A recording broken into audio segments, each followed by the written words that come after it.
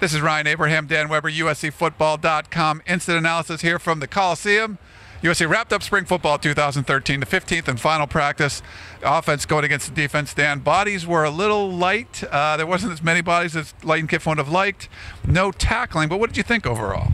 I mean, I thought I agreed with Lane. He said it kind of showed, it was kind of an amalgam of the previous 14 practices. Quarterbacks did well, threw the ball down the field. Receivers made some plays. I think the no tackling, ironically, kind of takes away your run game.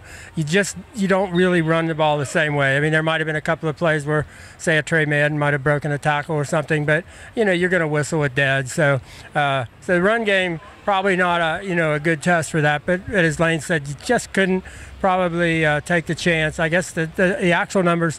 20 players out with injuries, 16 of them scholarship players, and had to use Jeremy Galton, who graduated in the fall as a tight end, give him a second tight end. I thought they got a lot out of it. I thought, a lot of the things you want to see, 12 sacks, three interceptions, that kind of stuff. So they were, they're getting with it. I thought the quarterbacks played, obviously Cody Kessler.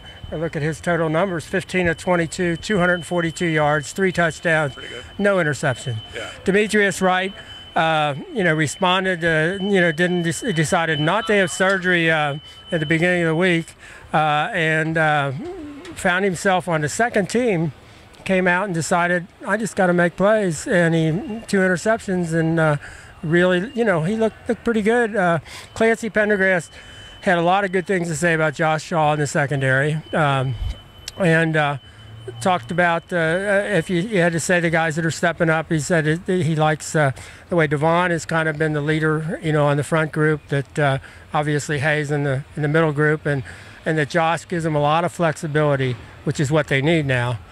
With the numbers, a lot of flexibility in the secondary. I thought the secondary came on a little stronger as the game got on, and they started realizing, as Clancy said, one of the things you have to remember, going forward, we may see one receiver maybe as good as what we're seeing, not 2 or 3. Yeah.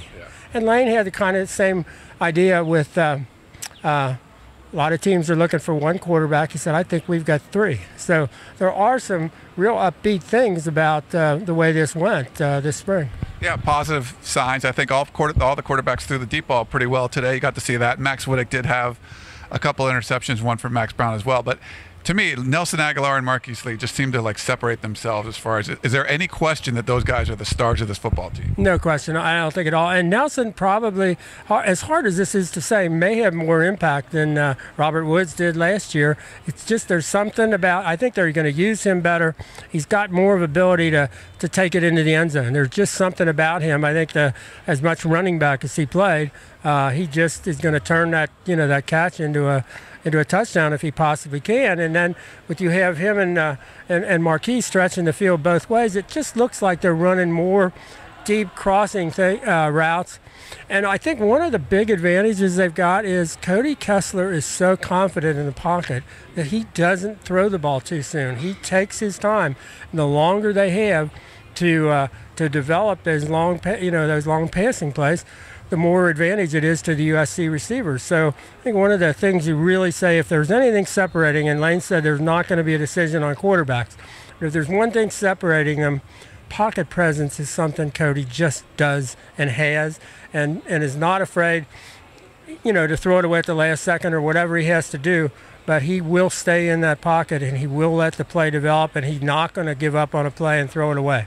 All right, one last quick one. Morgan Breslin, I counted about 4 sacks. It seemed like he was in the backfield quite a bit.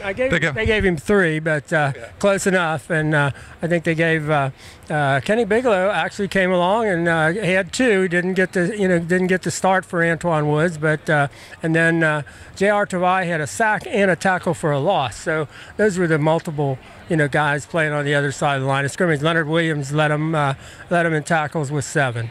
All right, well, thanks very much, Dan. That wraps it up here for 2013 USC Spring Football. Check out USCFootball.com for more information.